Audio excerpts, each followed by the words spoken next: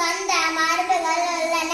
நமது மரபுகள் நாம் யார் என்பது நமக்கு சொல்கின்றன. அவை நமக்கு மரியாதை, கருணை மற்றும் ஒற்றுமை கற்பிக்கின்றன. உதாரணமாக நம் இந்தியாவில் தீபாவளி, பொங்கல், ரம்ஜான், கிறிஸ்துமஸ் போன்ற பண்டிகை அனைவரும் ஒற்றுமையை கொண்டாடுகிறோம். பசுமையும் பாரம்பரியம் இரண்டு சொற்கள், ஆனால் இரண்டும் ஒன்றாக ஒட்டி போம். நான் சொல்கிறேன் பாருங்க. பசுமை இல்லாத பாரம்பரியமே இருக்க முடியாது. பாரம்பரியம் தான் நம்மை பசுமையோட நெருக்கமாக வளர்த்தது. என்னென்ன பாருங்க, நம்ம முன்னோர்கள் மரங்களை வழிபட்டாங்க, துளசி செடியை வீட்டில் வைத்தாங்களே.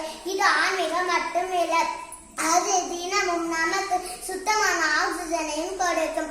இப்ப என்னாச்சு தெரியுமா? பசுமை விளம்பரம் பண்ணுகிறோம், பாரம்பரியத்தை சினிமாவில் மட்டும் பார்க்கிறோம். மற்ற நாடுகள் நம்ம பாரம்பரியத்தை விற்கிறாங்க, ஆனால் நான் அதை மறந்துட்டு மாடனாகவும் நினைக்கிறேன். இன்றைய நவீன உலகில் மக்கள் மரபுகளை மறந்து வருகிறார்கள், ஆனால் நாம் நமது வேர்களை மறந்து விடக்கூடாது. பசுமை மற்றும் பாரம்பரியம் இரண்டு பரிசுகள். பசுமை நமக்கு உயிர் தருகிறது, பாரம்பரியம் நமக்கு அடையாளத்தை தருகிறது. இயற்கையை பாதுகாக்க வேண்டும், மரபுகளை மதிக்க வேண்டும். இது அமைதி, அழகு, ஒற்றுமை நிறைந்த சிறந்த எதிர்காலத்திற்கு உருவாக்க உதவும். நன்றி, வணக்கம்.